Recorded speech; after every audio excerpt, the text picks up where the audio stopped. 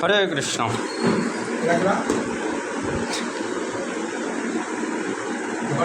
তো আমাদের মাঝে ইসকন শেরপুর মন্দিরের সম্মানিত